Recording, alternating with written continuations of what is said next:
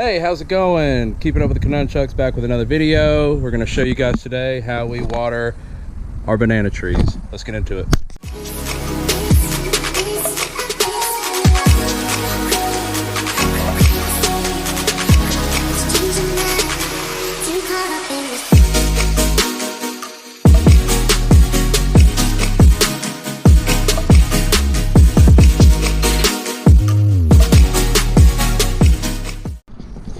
So there's plenty of ways you can water your banana trees. They are very tropical plants, so they can be very deeply watered.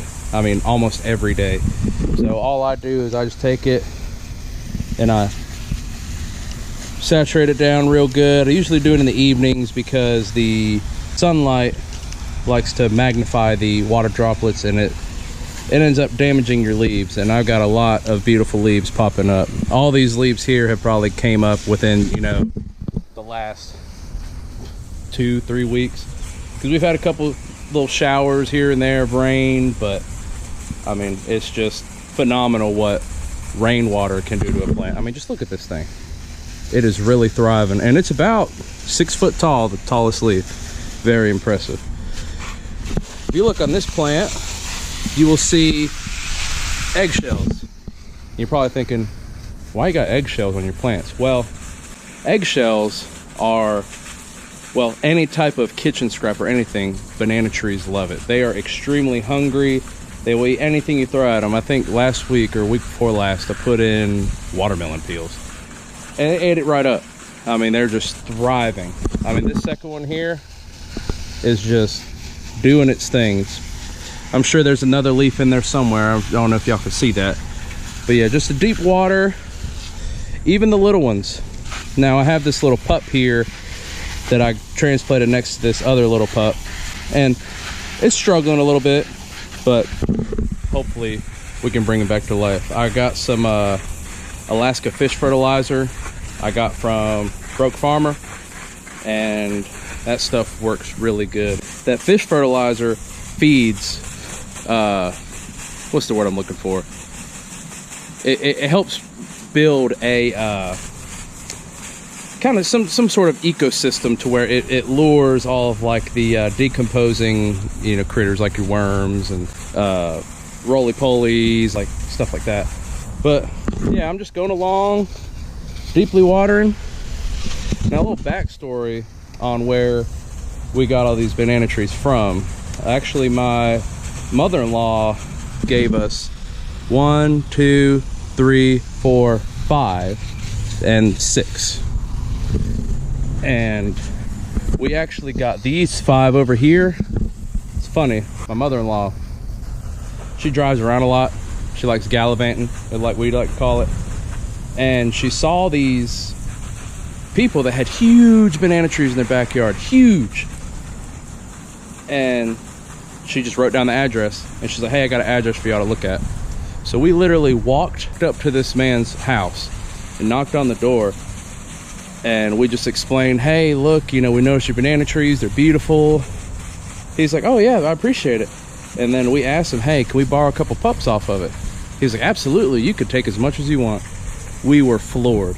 Now all these right here have popped up leaves, I mean, shoot, within the last week or two. I mean, before they were just the stalk, like right here all the way down. That's all it was, just the stalk. And it's amazing how quick these things grow. I mean, this one right here is about 7 foot tall. Look at that thing. And it's popping out a new leaf. I'm gonna set that there so it can continue watering. It's popping out a new leaf right here. And this leaf right here ain't been out like 4 or 5 days. Granted, the wind has kind of torn it up, but it is really doing its thing. Got a little tangle in my hose here, knocking out my solar light. Okay, back to the watering. Had a couple technical difficulties. So yeah, these banana trees, they will thrive in anything you put them in, as long as they have well draining soil. You can use that term loosely because we live in Georgia, and Georgia's got red clay. Not really the best draining soil, but what I did do when I planted these, I put them in like a cow manure and compost mixture. And it took a minute for them to get established. Like all the leaves that they had on the plants before we got them, they died off and got real limp. And I'll show you a plant like that I'm talking about here in a minute. And they just come back. I'm having more technical difficulties. Hold on. All right, we're back at it again. Okay, we shouldn't have any kinks. Actually, we've got one down there. Maybe it'll pop out, we'll see. Don't you hate when that happens? Hang on. All right, got the kink out. Yeah, so we did a compost and cow manure mixture, and people might be like, oh, well, that's really that's a lot of fertilizer you're feeding them. Well, bananas, they can take it. They can take it. I'm not really sure what all these varieties are here, but I have some, actually planted these more recent than the rest, and they're already popping up big leaves. Look at that thing. And like I said, they were just a stalk, which is amazing. I actually bought some ice cream bananas. Oh, sorry about the angle. I bought some ice cream bananas probably about a month ago. And they took a little bit of time to get established, and they're still small, but I'm really excited about them. I know I'm gonna have to do some winterizing for them to keep them protected, because in Georgia, we get all the seasons. We get the hot and we get the freezing cold, but we never get snow. So that's always been in the back of my mind, because I'm from Pennsylvania originally, and we get snow every year. So it's just weird being in a place that gets so cold, because last year we got down to 10 degrees, 15 degrees, and it never snowed. So I'm gonna show you all the piece de resistance, the ice cream bananas. I know they look a little rough, but it has been 100 degrees every day for like the past 2 weeks. It's beautiful. They're beautiful little plants. Got one right there. I know it seems like the soil doesn't drain, but it does come out the bottom, I promise. Look at all that grass growing around it. And then we have the other one that I think is actually doing a little bit better. What I do with these is I soak them down real good so I see the liquid running through. Get it nice and saturated. And you can tell these are ice cream bananas, because if you look on the edge of the leaf, you see the pink. And that's a sign that you have ice cream banana.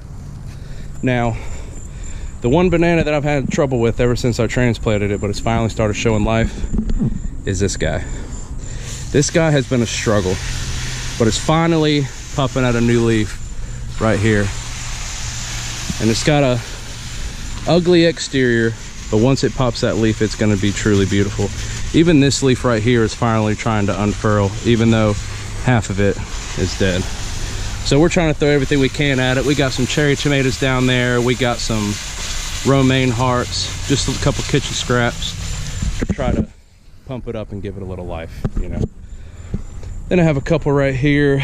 Well, the other one over there is dead and gone, but I have one more banana right here that I'm having high hopes for, and it's looking pretty good. And all I'm doing is I'm just saturating the soil real good. Normally when I see the water run out here, I know we're good to go. So anyway, and that is how I water the banana trees. You want to say bye-bye to the people? Bye. See y'all in the next one.